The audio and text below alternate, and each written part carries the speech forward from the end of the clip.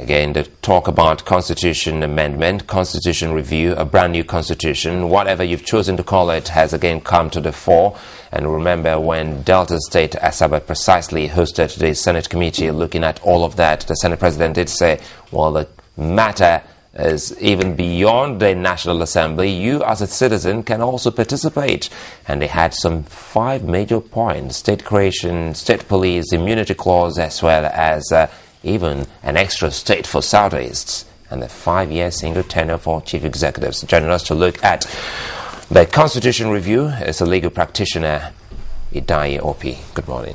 Yeah, good morning. Very good to have you this morning. And quickly, apart from those other 5 issues which we'll come to, do you think there are other issues with the constitution that we should be talking about? Or do you also believe with those who say we should be talking about a brand new constitution and not an amended one? Well, thank you. Let's start from the basic line, if you ask me. Do we have a constitution? I don't think we have what is called a constitution, because of the lie in that constitution, which says we the people. For constitutional lawyers, there's what we call the autochthonous constitution. And that is what separates major constitutions in the world. You have the normal, regular constitutions that is pushed down your throat. They have the autochthonous.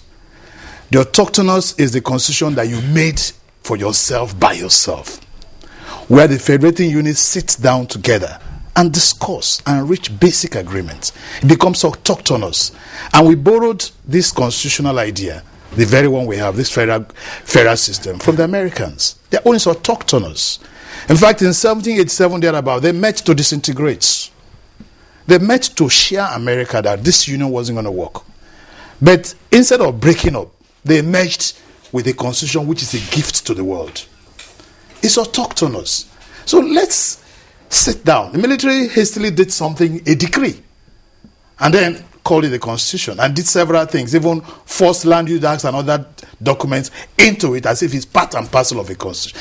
Let's sit down. Why are we scared of talking? Let's talk. Come to the table. What are you bringing to the table? Let's talk. Then we can have, if not, we'll keep on having constitutional problems. From little thing in 1922 up till now, we've been having this thing. We've not had a real autochthonous constitution made by the people after sitting down to negotiate their problems. Let's talk. The North has agreed we should talk. The South is saying we should talk. The South is saying we should talk. The East is saying what's holding us? We have to talk. But isn't that what we're doing now? I mean, with the constitutional amendment. Well, when I say let us talk, I'm looking at a situation where you bypass the National Assembly. Their role is to make laws under this new constitution, possibly to amend it. Well, I'm not talking about amendments. I'm talking about an overhaul, a complete overhaul of the constitution. People will bring representatives. They will pick people who will talk for them. The people you have at National Assembly, with due respect, they have interests to protect. So it's not going to work that way. They have interest. Let us, for instance, the very major issue that many people are shying away from in this thing is fiscal federalism. Many people don't want to talk about it. It's always pushed. It's already been brought forward. I mean, if you listen to the conference, the initial opening day of the retreat at Asaba, it was one of the things that came forward, that was put forward by the governors of the South region. They want fiscal federalism. It's coming up now because of certain things we don't want to go into now. Before now, people were not talking about, constitution has been amended before twice. Something as major as this never came to the front burner. It wasn't talked about. And if you look carefully, analytically, almost all Nigeria's problems is traceable to fiscal federalism. I'll give you 2 examples. The first example I want to give to you is corruption.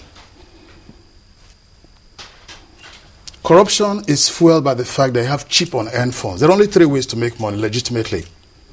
You can ask the economists, they will tell you. One is by work. You got to work to earn a living. If we go back to the history of money, it was trade by barter.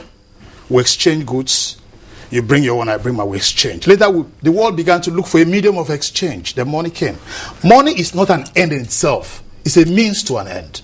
The end result is goods, services, or good, or what you have. That's why governments don't just print money. Money must be backed up by goods and services. So you earn money through work. Second way of earning money by inheritance. Third way, maybe where you have lottery system or gambling is allowed, you can. But the major way of making money is through work.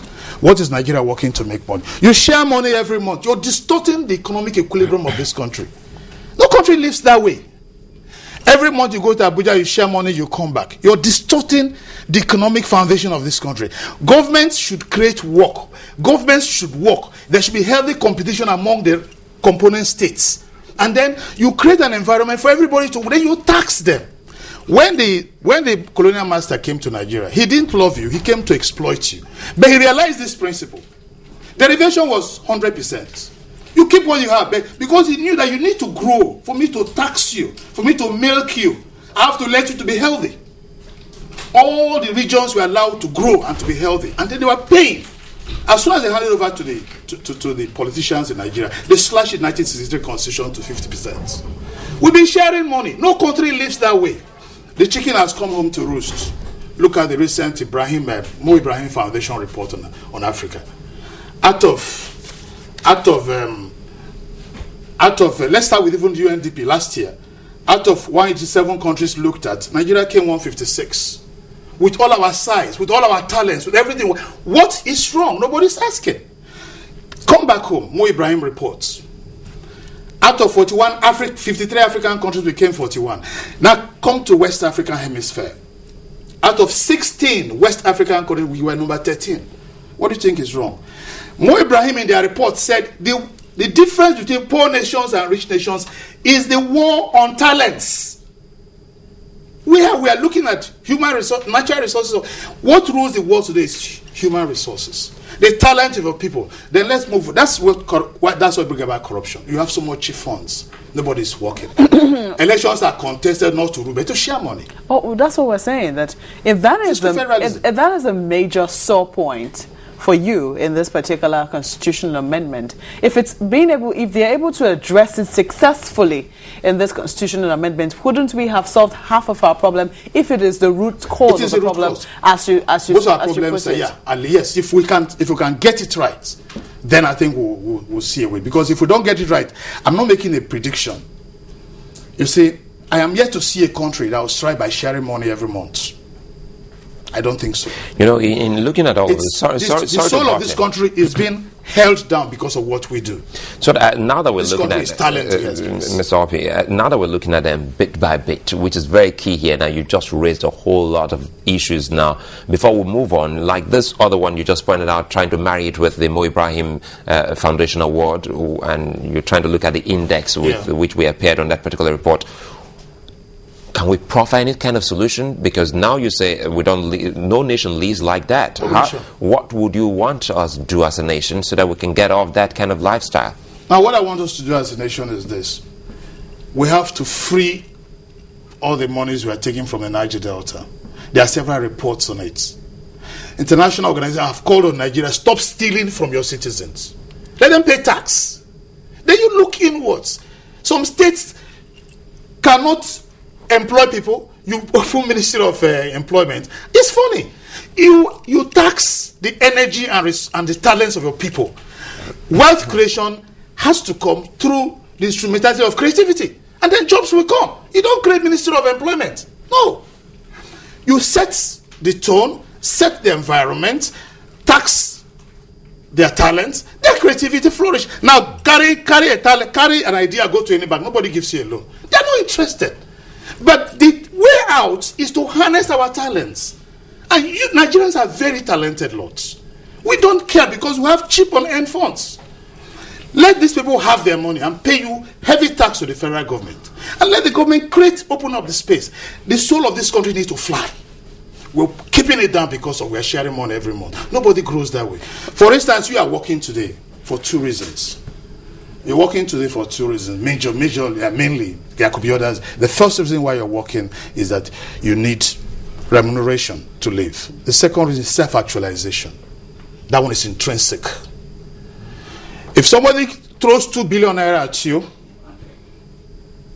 The other reason could take it. In fact, most people work for just the first one. You as a professional, the two reasons. If somebody throws money at you you've not earned, that self-actualization will suffer. There must be a need that has to be filled.